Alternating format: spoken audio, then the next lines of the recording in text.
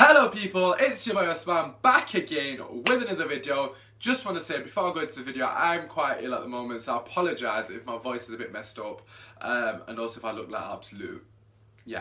Anyways, so yeah, just regarding the video, it's Manchester United v Sevilla preview in the Champions League, the first leg, which is away at Sevilla, so it should be an interesting tie.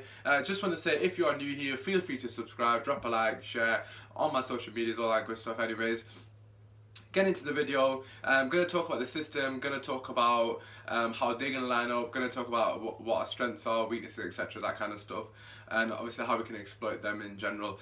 So yeah, just in general, just to get started, I've spoken to some of my friends who are fans of Spanish teams, so Madrid, Barca, etc., that kind of stuff. So they do watch the league week in, week out, and what they've told me is Sevilla are a very good team on the day. However, they're very inconsistent, and I'm not really much of a stat man, but the stats do back it up. They've conceded 35 and scored 31, so that clearly illustrates that you don't really know what to expect from them. Sometimes they can have a good game, sometimes they're going to get absolutely slapped. What I will say is, it's no means an easy game, first and foremost.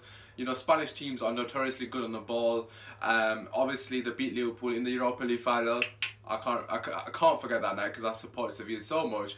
Obviously, they come back from a couple of goal lead. I think it was 2, maybe 3. I think it was 2 anyways. They come back and obviously done Liverpool over in the Europa League final, which was fantastic for us United fans. But yeah, they definitely got pedigree. They've definitely got you know, sort of character to obviously come back from such deficit, so to speak. So it's never going to be an easy game. And like I said, Spanish teams like to play football, something that arguably we haven't done in the last couple of weeks at least. Yeah, so just going into the game in general, so just quickly talk about Sevilla. The only 2 players that really stand out from them team, the first one is of course Anzondi. You know, we know him from the Premier League. He was fantastic, a very strong CDM, and of course the other guy is Banega. Banega is their playmaker. He's like their version of Eriksen, obviously not on the same level, but he is their talisman. The guy basically dictates play, everything goes through him. So for me personally, we can try to nullify them 2 players. We've got a very good chance of obviously nullifying their attack. So bearing that all in mind, I have obviously gone through our system and how we can do that. But just before I go into that, couple of good points for United. Potentially Jones might be fit, not too fussed about that. But Bailly is back, Zlatan is back in training, Pogba seems like he's recovered from this illness. Just to quickly touch upon Pogba, a lot of people saying he's still going. Like obviously the Sunday supplement, lads, if you don't watch that, anyways, a couple of journalists on there, they absolutely despise Manchester United. They're always talking BS about Man United and Jose Mourinho, so I'm not surprised it's come from them again, saying, oh, you know, he wants to leave, all that kind of stuff. But for me personally, I've said it already and I'm going to say it again, I think it's a massive blessing that Jose Mourinho's done this to Pogba. Like I said, no player's position for Man United should be a given, and I feel like Pogba had become slightly complacent, thinking, oh, I'm playing week in, week out regardless of my performances. And to be fair to him, obviously he should be, but at the same time, you've got to give that player a bit of fire in the belly. Obviously, if you just give it to him on a play, they're just going to get complacent, like I said. Got to keep them on their toes. Otherwise, Pogba's not really going to push himself, is he? Because if he knows he's playing week in, week out, regardless of his performances, and then it's just too easy for him, isn't it, at the end of the day? And don't get me wrong, there's not really anybody of quality to replace him. McTominay is nowhere near Pogba. However, it is something, it's a bit more of an incentive for him to fight his way back into the team. Of course he will be playing, but just in general, it's something there to push him, and if that is the reason why Jose has done it, I salute him for that, because obviously he's got to take a big pair of cojones to do something. Let's make no mistake about it, Pogba is our best player, if not second after Sanchez. And it's good that Jose has just shown the players, look, you have to step up your game because it's not acceptable. Yeah, so going into that, like I said, Sevilla are a passing team, as every Spanish team are, and we unfortunately have been playing quite defensively of late. My only concern, well, there's 2 concerns. Firstly, Sevilla will keep the ball fantastically well, a bit like Huddersfield did, and secondly, we're going to sit back and try to counter them. The sitting back and countering them is not an issue if you can actually counter successfully. Our inability to get the ball from back to front is absolutely infuriating to watch at times. The lack of flipping service Lukaku gets, they just kick the ball long and hope that he can hold on to it. When the ball's not even next to him, he has to jump, and most of the time there's no one next to him, so even if he was to jump and win the header, there's no one there to win the second ball, like Martial did against Spurs and obviously got that goal. There's no one there for him to chest the ball to him, just pop it off to him and run. It's like, if you're going to play counters, you got to play it properly. You got to play with people next to your striker. You got to have options on the break. We just don't have any options. We don't have an out ball. We don't have anyone who's got the capabilities of hitting that out ball. I'm talking about the defence here because most of the time it's going to be the defenders that are hitting the ball out. And we've seen in so many occasions Smalling and Jones just hitting it and hoping that it goes to Lukaku. And 90% of the time it goes to the other opposition player or the defender. And it's just frustrating to watch, and I just don't think that's going to be a viable sort of option against someone like Sevilla. Like I said, they're very good on the ball, and you know they're going to obviously end up breaking us down. They have got goals in them. But what I will say is they're not fantastic. You know, they're not a team that we should be like, oh, they're going to be unreal. We can definitely beat them. If we go toe to them, we definitely can beat them. Like I said, they've conceded 35 goals, so it clearly indicates that the defence isn't all that. So they're definitely there to get to be gotten out. We have got the ability in our front line to definitely threaten them. Spanish teams, one thing that is good about Spanish teams, they don't tend to park the bus, like I've said. Especially at home as well. It's very unlikely that they're going to sit back and try counter us. You know, the Spanish crowd are fickle, so they'll probably get on the back if they were to do that. So that might work in our favour. So it means they would have to come out and obviously potentially open up more spaces for us in and behind the back four. They do play a ridiculously high line, by the way. I have noticed. They play really high lines. So if we can get Lukaku and Martial and Sanchez, any of those three running behind them, all got pace to burn. So that's something we definitely need to exploit. I really hope the players have done the research. I'm pretty sure they will have. But yeah, like I said, they play very high line. So again, that will benefit us because we've got more space to work with. If you know they're playing a deep line, it means that we've got flipping less options. Yeah, just in general, if I'm saying like the way I'm talking about now, it should really benefit us. Everything that they do really should benefit us. I would be surprised if they play a high line against us with the likes of Lukaku and the 2 goals he scored on the weekend. But anyways, let's just quickly talk about the systems. The board is out. So we'll start with our team. So I have put us in red. It is actually orange, but it looks like red on camera. Anyway, so we've got De Gea in there. I'm just gonna go what I would go for and what Jones would go for. So I've gone for 4-3-3, by the way. De Gea in there, Luke Shaw left back. That's not gonna happen. That'll be Ashley Young. I would go for Lindelof and Bailly. I know it's a bit of a tough to ask for Bailly to come back in a game like this, but I don't care. I want him to play. So I'll go Bailly and Lindelof. Again, I don't think that will happen. Like I said, Jones might be fit, but I think he'd go for Bailly and Smalling. I don't personally agree with that because Smalling's inability to get the ball out the back, I would have pulled my hair out watching him. Valencia right back, he has to do more for me. However, he's the only option we've realistically got. When I say more for me, I mean going for he's fantastic defensively at the moment, which is quite random. It should be the other round. Anyways, moving into the 3-man midfield. Matic in the holding role. Herrera right centre mid, because like I said, Herrera looks like he's fit and he's Spanish, so this should be perfect for him. Going back to his home and all that good stuff.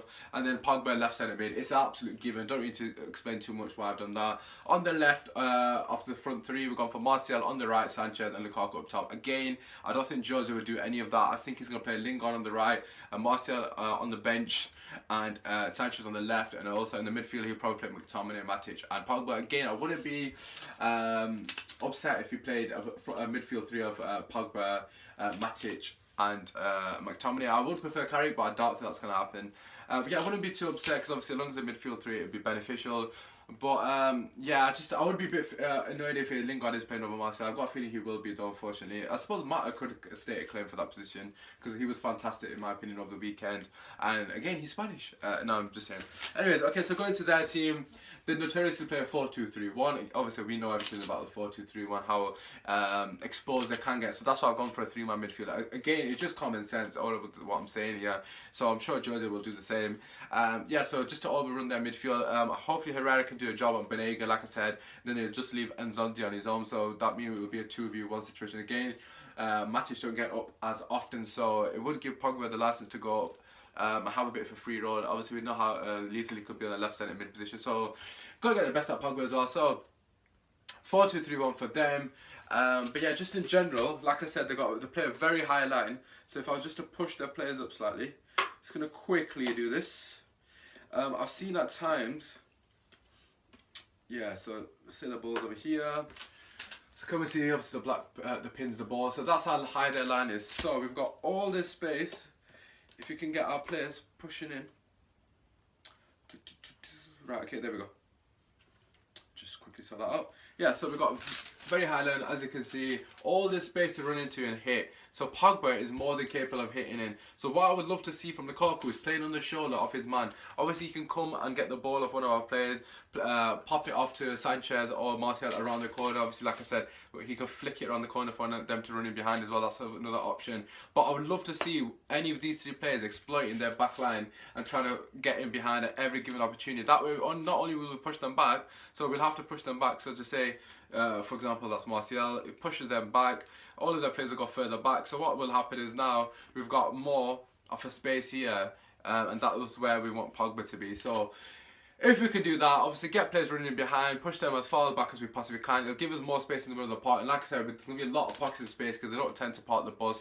And this is where we want to see Pogba in and around this area, and that's where it's going to cause a lot of havoc. For me personally, I think if they do play a high line, we should be absolutely battering them. I'm not going to lie to you because, like I said, we've got pace to burn. We've got Sanchez, Lukaku and Martial who are more than capable of getting in behind. Even if it's Lingard, he's more than capable of getting in behind, utilising his pace. But yeah, it should be an interesting game. They are going to try to pass the ball around, so that's something that we need to be wary of. Like I said, against Huddersfield, we weren't fantastic defending against a team that was obviously keeping the ball well. And that's something that would just frustrate me because we should be doing better as Manchester United. We need to keep the ball better ourselves. For some reason, our players panic a lot. Like I said in my last video, if you haven't seen it, check it out, basically explaining how we can improve. I talked about a lot about movement off the ball, a lot about using Lukaku and utilising his strengths as well, obviously playing the ball to his feet rather than hitting in the air. You know, just playing the ball simple out of the back. Obviously, with a three-man midfield, we should be able to get the ball out of the back. You know, I'm not expecting them to be pressing us too high. I suppose they probably will press us a bit, but in general, if we can survive the first maybe 10-15 minutes, ideally just weather that storm, because obviously the crowd's going to be up. We don't want to concede in the first 15 minutes. It's important that we don't concede in the first 15 minutes, and then eventually we'll build our way into the game, and I think that's where we can obviously cause them a lot of problems. In general, as a result, I would be happy with a score draw, because obviously with me, we're taken back to Old Trafford with the away goals. But in general, if we actually somehow put, well, I say somehow, we should be able to win this game. But if we were to get a goal, I suppose if it was like a 0-0 or something, that would be a piss poor result for us. We have to score. We have to get that away goal.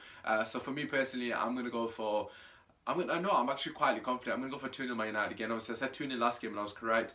But I just feel like we're going to be a better team than them. We're going to have too much going forward for them. Like I said, if we actually do attack them, we should have a lot of joy going forward because they're not really that good at defending.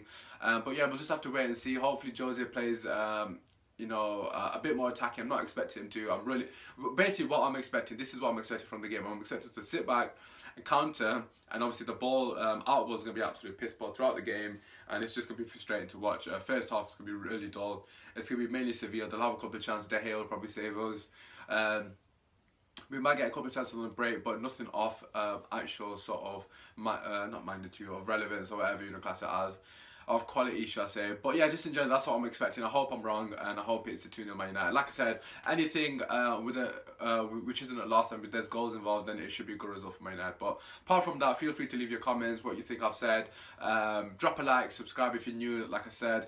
I am absolutely buzzing for this game. I know you probably can't tell because Man is ill, but I am actually really looking forward to this game. I've been waiting for the Champions League for a long time. This is a major trophy, obviously, as we all know. And this is the kind of stuff that we want to be, this is the kind of nights that we want to be flipping, looking forward to. And hopefully, we'll have many more to come. But anyways, it's been your boy, man.